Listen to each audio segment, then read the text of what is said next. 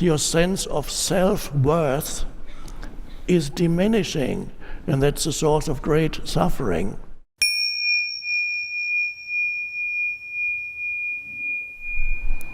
So the story, if we go back to the beginning, the story of you, let's travel back in time to a prehistoric mythological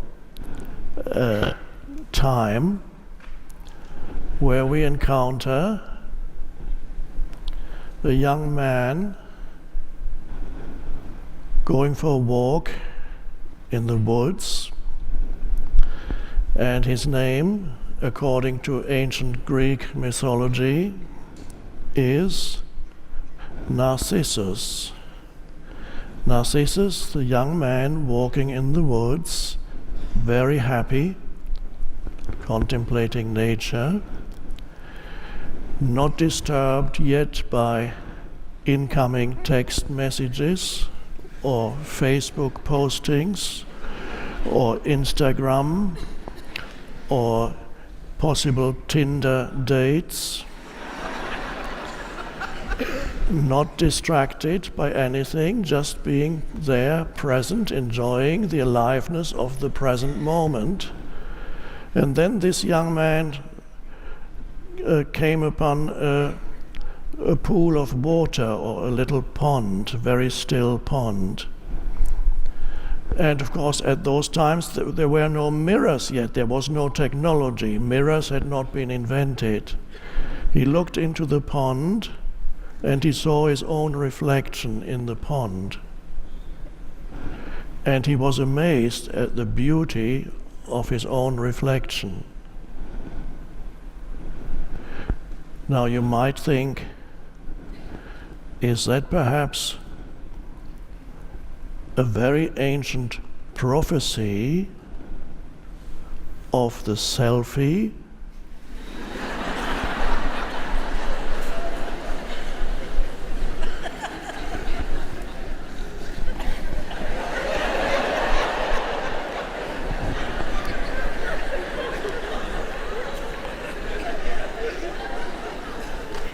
Can't take my eyes off it.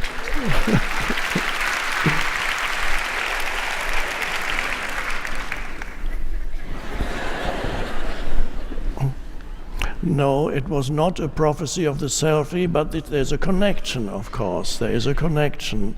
This is the glass surface of the selfie, and here we have the reflection of the image of his own image in the water. Now, the story goes that he fell in love with his own reflection, and he could not get away from it. He got drawn back to it again and again. And although the story says that he fell in love with his own reflection, a more precise way of putting it would be to say that he became obsessed with his own reflection, because ultimately, I don't know if you have experienced it ever, falling in love is a kind of obsession. Not loving, love is something else. I'm talking about falling in love, of course, is a very obsessive thing. I need you. Don't you ever leave me. And then, of course, he or she leaves, or you leave. That's a long story, we all know it. And he lost his happiness. He was no longer happy. There are different versions of the story, but in the more ancient versions, eventually he commits suicide. So that story in mythology often expresses a deep truth which otherwise humans would not understand or could not express in any abstract way. The truth needs to be embedded in a story. And there's a very deep truth here that points to the arising of a mentally created self-image that people have and live with. So it's almost as if you had a phantom that walks with you wherever you go, that is your mind-created image or concept of who you are. And that is what we call the ego. The ego is a mental image conditioned by the past, conditioned by your environment and many other factors. A mental image, a conceptual sense of self that you identify with so completely that you disappear in it and live through it. You believe that that is who you are. And that is the conditioned, mind-made self. It consists of layers, different layers. At the most fundamental level, first of all, everybody identifies, first of all, with your physical body. That's the most fundamental level of identification. You believe that you are the body. You identify with the body that you are. And the body, of course, already is a problematic thing to identify with, because you compare this body that you say, I am this body, this physical form, and then you compare to others, and it can be a source of pride if your body is better looking or stronger than most other bodies. The ego gets in there and feels inflated, greater.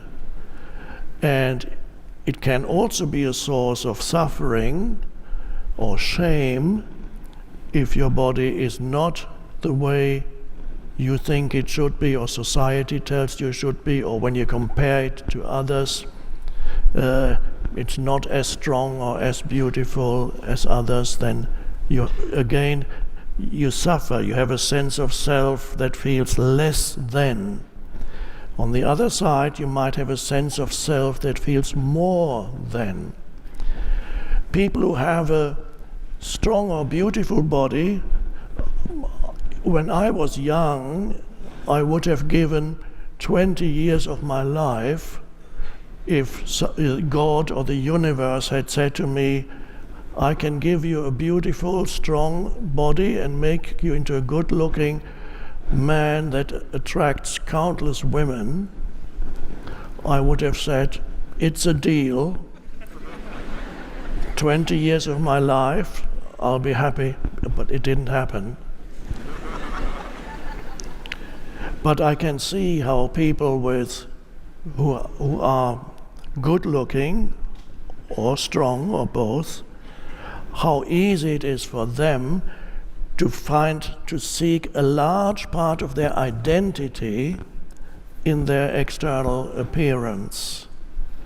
And that can be fine for a while, but inevitably, of course, what is a source of pleasure for some years gradually and perhaps even quickly turns into a source of suffering, because the body does not last.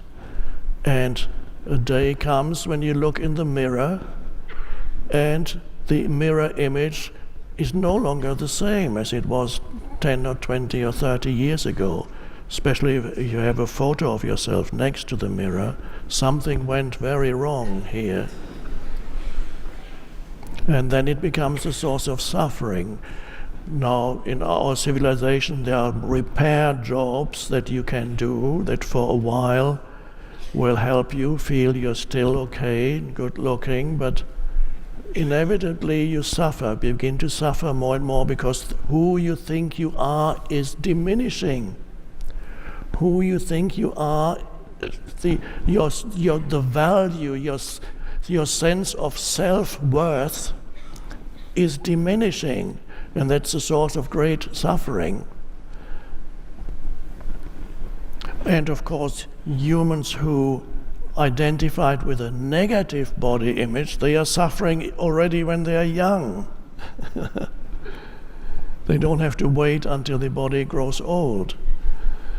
So we have identification with the body, and then you put clothes on the body, of course, that they become an extension of the body, and they can add something, they can hide things, they can conceal things that don't look so good, or they can enhance things that look good. And then it's nice, so people are looking at me. It feels good to the ego.